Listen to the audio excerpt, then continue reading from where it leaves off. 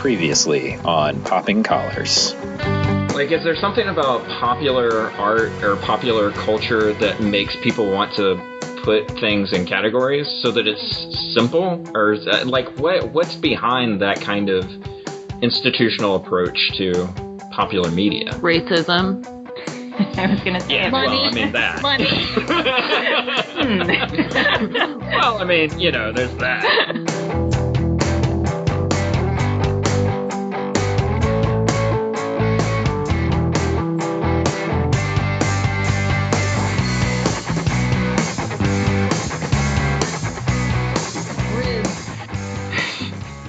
Welcome to Popping Collars, the podcast that lives at the intersection between religion and pop culture. I'm your host. My name is Greg Knight. I am in Palm Beach, Florida, and with me are my co-hosts, Betsy Gonzalez from Alexandria, Virginia. Hello, Betsy. Hello, Gregory. And Liz Easton, Omaha, Nebraska. Hello, Liz. Hey, Greg. And our special guest back with us again from Kingston, New York this time. Well, it's Michelle Meech. Soon to be. Absolutely. Yes. Hi, Greg. Thank you. This is episode 31 of the 1,344th ranked podcast in the iTunes spirituality category. And our topic today is The Revenant. So, set in the 1820s, this is the story of a fur trader named Hugh Glass, who's played by Leonardo DiCaprio. And after being mauled by a bear, he's left for dead by his hunting troupe. And the rest of the tale is one of survival and revenge. So, this is a pretty violent story of a man versus the elements and other men. So how did the struggle of life in the wilderness kind of sit with you guys? Well, first off, I just want to say, let's applaud the payoff of all my Ken Burns watching, because the West, and we're like in the Dakotas, and I'm like freaking out at this movie. I'm like, this is everything that I've been watching, which the West is full of a great deal of death and misery. And it's like when you watch things of particular times, you're like, how did any of my relatives survive to make it to today with malnutrition or the elements or other people or bears or whatever? That how did people make it to now? Just that struggle for survival that everyone was facing all of the time. Gives you some perspective on the mindset of folks and some people that live in the West. For example, the people that are still inhabiting the bird sanctuary in Oregon, and the mindset of struggle and survival that either can be real, as in portrayed in this movie, or something that they're needing to put there, which I think is really what's happening in Oregon. You kind of get this idea of, like, there's civilization, there's culture, but yet you're at the mercy of everything around you. Like, there's no building to protect you. There's no safe haven, really. It's you in the middle of the chaotic world around you. It's kind of amazing to think that this is human life for most of history, is this sort of struggling in the elements. It's only recently that we're podcasting in garages, you know. That was one of my main takeaways, was just what a terrible wimp I am. Like, I would see, like, one little blister on his finger and be like, oh my God, that would, like, I would be bitching about that for days if I had, like, a bear scratch on my hand. But this guy was, like, ripped apart. I think, too, though, I don't know, when we walked out, my husband and I, he said, you know, this idea of man versus nature. And I said, I don't know whether I really felt that, because we have such a presence of Native peoples and First Nation and also happening in this movie as well. And it, for them, and I don't ever want to oversimplify the cultural background of anyone, this predominant nature that they have more of a relationship with the land and survival and ability in some of that area. That tends to be a Hollywood trope to some extent. But they show Hugh Glass as spending time with evidently a Pawnee group, which is not, you know, historically proven. We don't know that. But that there's something about that, and the Indians that are continuing to track him throughout the movie, that the land just is. The land is going to do what the land is going to do, and the weather is going to do what the weather is going to do, and the water is going to do what it's going to do, and the animals are going to do what they're going to do. And we are alongside that. We do not master it. It is not a competition. I just got the sense that it just is. And so how is he going to is and be alongside all of those difficult elements that were with him in that moment? Yeah, to me it didn't feel like man versus nature at all. It felt like man versus man and kind of man versus self. And with everyone in the movie, I got this sense that the geography, the land was just the place where they lived. And they understood it really well, and it worked for them sometimes, like crawling into the belly of a horse and stuff. That like the way he did it was just like, yep, I'm going to get naked and crawl into that horse right now. Like that's just what I do. That's how I'm going to stay warm. Exactly. Yeah. That's what you're going to do out here. I didn't get the sense at all that it was a battle against the land or the elements or right. Yeah, something like that. But yeah, you had characters that were certainly weaker when it came to surviving in the conditions that they were in. So I'm thinking of Donald Gleason's character, the captain, right? Like he was at a disadvantage than sort of Glass or Fitzgerald, Tom Hardy's character, in being able to survive out there. Once he got back to the fort and he was in his element where he had control, he was fine. Mm-hmm. But that says something about kind of, I think what you're talking about, Betsy, this idea of two different cultures living in one space. And one culture is able to live in the elements in a way that the invading culture that's looking to take over isn't. They're looking to take out the randomness of nature and make it as much of a fort as possible.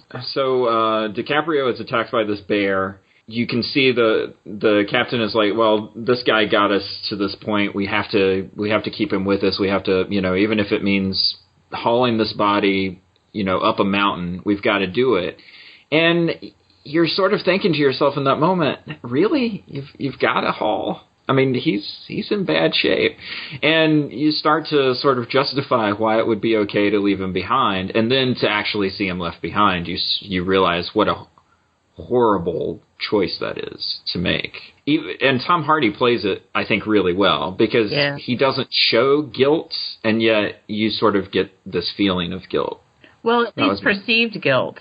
I mean, I don't know that he ever felt guilty himself because he's too self-absorbed for that as a character, but it's definitely he knows he's going to hang if the truth comes out. I don't think he ever felt guilty. I think at the very end, when he was trying to justify himself to Glass's character, and he said we had a deal, and Glass said there was no deal, and he said, yeah, but the Lord knows. The Lord, knew what this was about. Well, he seems to have a strong belief in God having a plan. He told that story about the squirrel. God's the squirrel, and I'm going to eat the squirrel. So there's this idea that providing comes, sometimes you have to take it. And so sometimes those opportunities are things that you make, but that there's an ordainment of those in some way in his mind. His theology I found to be really fascinating. Well, Glass wasn't avenging leaving him behind. He was avenging the murder of his son. Mm-hmm. And that's what the other guy, bad guy, never owned up to at all. Because when he was saying God, the Lord knows what the deal that we made, he's referring to Glass blinking and consenting to being killed. Does he ever even mention the death of his son? I don't think he does to anyone, but obviously Glass knows because he saw the whole thing. But he also justified that. He justified that because he was screaming. That was a theme for him throughout the whole movie, is that anytime there was any noise, he was on alert all the time for any noise. The fact that Glass shot the bear was problematic for him because it was going to bring everyone else to their location. So any screaming or gunshots were indicative of something that was going to be threatening for him. And there's something to be said here, I think, about the places where mercy is shown and the place where sort of no mercy is shown and sort of survival is sort of the key. So, for instance, for Fitzgerald, it was very much about survival and very little about showing mercy to Glass, to the burned out village that they came across, showing mercy to the kid that he was carrying around. Bridger? Who was that? Yeah, Bridger. Yeah. And actually there was this kind of like weird hyper masculinity going on with them where he was like, you've got to learn how to be a man. You've got to learn how to survive and let go of like these feelings that you have of like showing mercy to these people and staying with these people and giving up your cash and all that stuff. You have to grow up. You have to be, hard and survive and stuff like that. And it started to create this dichotomy of, are you going to deny mercy and survive in this world, or are you going to be merciful and possibly not survive in this world? Yeah, he brought that up at the end when he was talking to Glass. He called maybe you shouldn't have raised such a little bitch of a son or something like that. He called his girl at the very end. Mm-hmm. Right, so, that was like, I know it's historically accurate and stuff, but it's like, man, you have it's not historically accurate. Well, no, okay, no. I don't mean like that. We know very little about what's actually going on. I don't mean that story, I mean the sentiment. Because for me, it was just like, oh, really? Like, your son died, and you're going to get super pissed because someone, said he was like a girl. Like, please. Right. Come on. But doesn't that speak something about the West? I mean, we've talked about that a little bit with the Breaking Bad story, this idea of, Westerns and hypermasculinity, and can you be a man? And to be a man is to sort of be able to take care of yourself and not rely on others and taking control of your destiny, being your own person, all of that stuff. You're right. This is a story of the West, and that seems to be a value that keeps popping up over and over again. This be your own man, pull yourself up by your bootstraps, do your thing. But that's not just, that's Wall Street, too. That's not just the West. That is the American cultural storyline and that's why we have problems with poor people and immigrants in our country, is that and that's why Donald Trump is, I don't know if we want to get all political here, but that's why Donald Trump is as popular as he is, because there are people that believe this mythology of the American dream, that if I just work hard enough, if I just pull myself up by my bootstraps, then I will be redeemed, right? It is about redemption in this case. Is that my story of redemption is that I will achieve the American dream. And that's infected our cultural consciousness to the extent that we don't have any mercy for one another. We don't have any, I wouldn't say, okay, not all of us, obviously, but that mythology doesn't have any room for anyone else. It doesn't have any room for mercy. It doesn't have any room for compassion. It makes me think of Haikuk, I guess is how you say it. He's the Indian that Glass runs into. When you talk about no room, compassion, caretaking, he saves him. Mm-hmm. He would die if it hadn't been for that very evidently real buffalo liver, and then saves him, and then what ends up happening to him? He's also seeking. His family has been killed. Yeah, my heart bleeds, but revenge is in the Creator's hands. Right. And then this very compassionate, caring person ends up hanging from a tree, and it's just there's a brutalness in that, and I think that idea of us talking about revenge versus redemption. Yeah. What's the difference in a world like this? And it's so great the way that he's buried, right? Because it's a shallow grave. He's not even fully buried. It's total metaphor for he's dying to whatever it was that he was before as Glass, and he's rising as he's basically just like a spirit of vengeance. That's the only thing that's driving him is the death of Fitzgerald and hunting him down and taking him out. The very definition of a revenant, right? Something's come back from the dead to haunt the living. And it makes me wonder as an audience, what were you guys rooting for? Because the movie sort of sets it up for you to be rooting for him to eventually get his revenge. And yet there's something kind of cold about that. I was pissed off at the karmic nature of mercy, that I thought because he had spared Powaka is the woman's name, right? He had spared Powaka's life, and because of that, he was spared by the Re-Indians.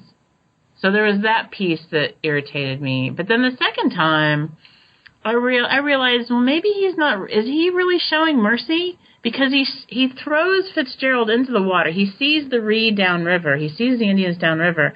But he throws him into the water knowing that the Ree are going to pull him up and kill him anyway. So what kind of mercy is that? Well, and it was supposed to be at the hands of the Creator. What statement is being made in that moment when he gets... Because initially I thought, the hands of the Creator, he's just throwing him in the water, right? That's so what that I thought. he's going to die. And then we get the downstream camera swing, and I'm like, oh, that's what's happening. And then I'm like, well, what is that saying about the Indian characters in the movie and Creator and Earth and Element? And I didn't quite, Alejandro helped me. I just didn't quite get where he was going there. And then they didn't, and I guess they couldn't unpack what Glass had experienced as a spouse to a Native American woman, and like what went on in that village that he was living in. There were just these kind of hazy memories, and then when he kept returning to that totally jarring image of the buffalo skulls in a pyramid with a flag planted on top, what is going on there? And then that contrasted with the empty churches. Like, it was this sort of encapsulation of the American West, West. We've been talking about, right. They didn't really unpack it that much. No. Yeah, because, I was Kim Burnsing it up the whole time. I mean, like, I'm like, oh, look, the abandoned missionary church, that is there. That imagery was so rich. I mean, good Lord. Yeah. And I was also really fascinated by those flashbacks that you were talking about, kind of the history you're kind of drawing from his time with the Pawnee and with Hawk's mom, but this element of the discussion that the things she kept saying when she would show up, the tree, and talking about the strong roots of the tree, and when danger comes, get behind the tree, and all of that, and just the role that actual trees have in this movie, just kind of how present they are as a natural element, how in the fighting and in hiding and in all of those elements, that her discussion about the tree with its strong roots, the tree, and on about that, and that imagery I found really interesting. Yeah. I just realized part of that imagery is when he rode his horse over the cliff. Mm-hmm. And the tree was the savior. Yeah, and that element of tree of life, or all the different things that can come from trees, and how many cultures there's just a reverence for the trees in the forest, and you can find that tree of life image in almost any culture, found in art everywhere. And then he used the branches to hold him up at the end, right? When the captain got killed. Oh, right. He's using the tree branch. Am I just torturing this metaphor now? No. But no, I went looking up her quotes, and it's like, as long as you can still grab a breath, you fight, you breathe, keep breathing. When there's a storm, you stand in front of a tree. If you look at its branches, you swear it will fall, but if you watch the trunk, you will see its stability. Yeah. Right. And so this element of even Glass himself as tree, that there, he looks very much like he's going to fall in the storm with all of his injury, and his actual limbs are injured, and even his trunk is injured, but that there is a stability in him that continues. Well, he keeps having these kind of like rebirth moments throughout the film that I think sort of end up grounding him. So his first kind of rebirth is the shallow grave image where he's buried, and he comes back and he's just he's going to kill everybody.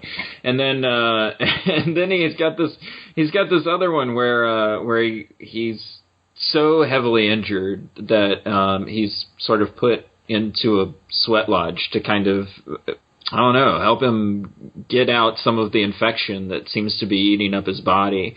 And he comes out of that. You know, he's sort of, right. You see him kind of crawl out of the leaves as if it's like another kind of tomb that he's rising out of. And then finally, the clear kind of birthing image is him naked inside of a horse, trying to keep warm. And when he comes out, the horse is covered in ice and snow, and he is being reborn to whatever is going to come. And you start to think, you know, as each of these images go along, it's becoming more and more human, and maybe he's getting back to being more and more human as he kind of keeps going through these stabilizing, remember who you are moments, I think, along the way. But I also think that along with that rebirth and all of those images, you also have I saw a real shift in him in the stream when he's trying to get away from the re, and it's the only option is to go in the water, which I could just feel everyone around me bristling at how cold it must be. We're all, the snow is not CGI. This is really cold, and he gets in there, and initially it's like he is not there's no control in him. And he's tossed about, and the look in his eyes is fearful. And then he goes over that rapid. And there's something about the command he suddenly has after that. He's upright a little more. He is able to steer himself out of the water. That element of kind of this baptismal imagery, you know, and to then be able to be by the water. And he makes a little fishing thing, and he's trying his best to survive.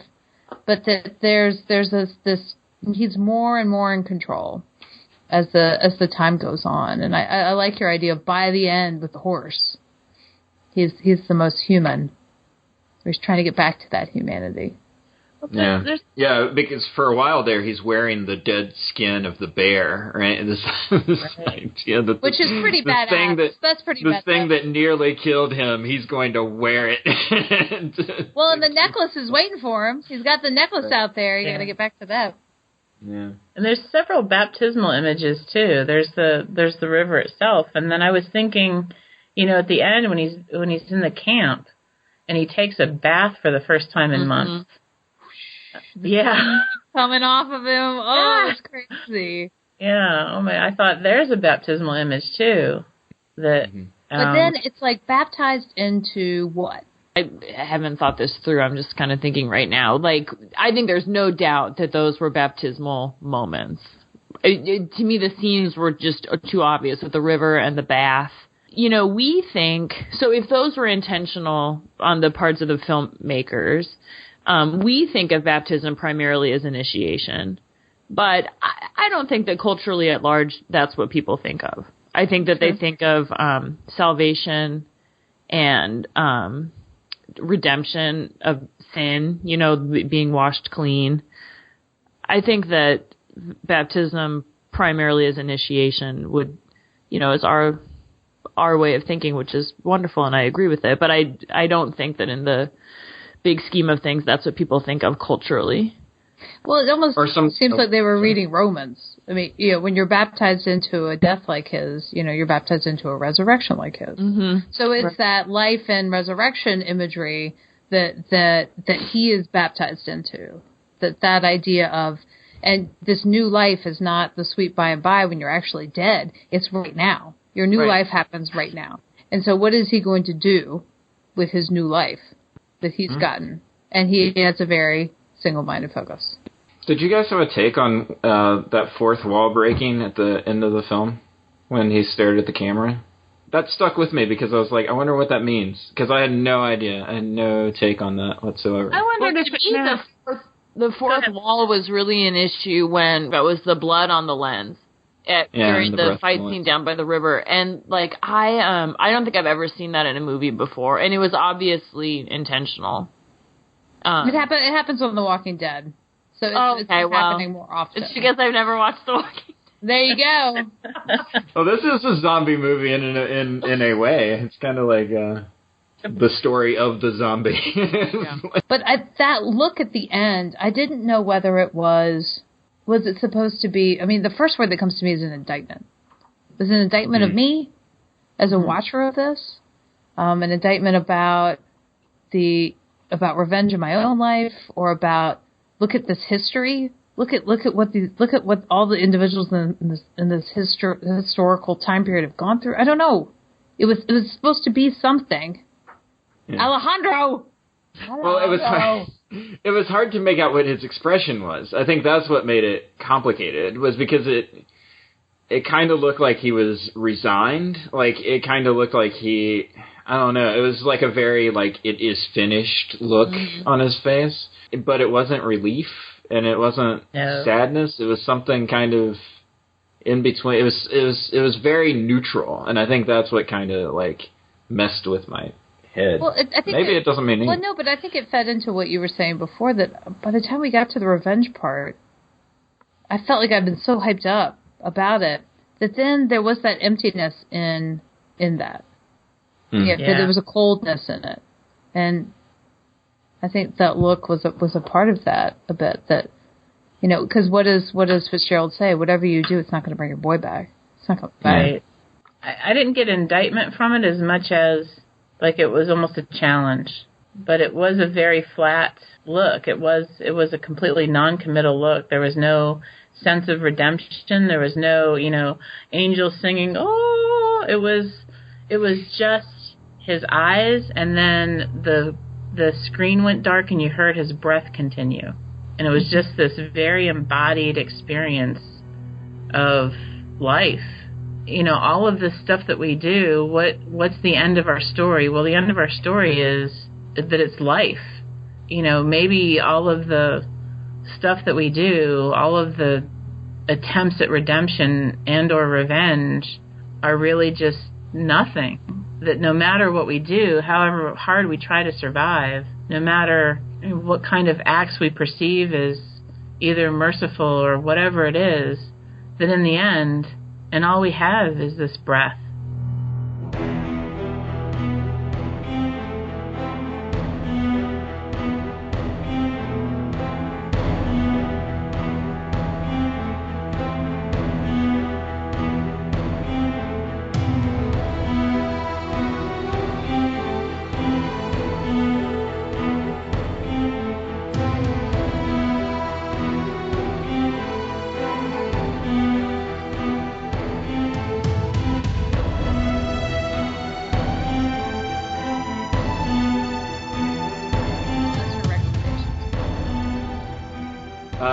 Okay, so now would be a good time to do our Go in Pieces segment. This is a chance for us to talk about the pieces of pop culture or whatever that's kind of floating around in our lives right now that we would like to talk a little bit more about. So, Liz, what's something that's been running around on your television or in front of your face or whatever?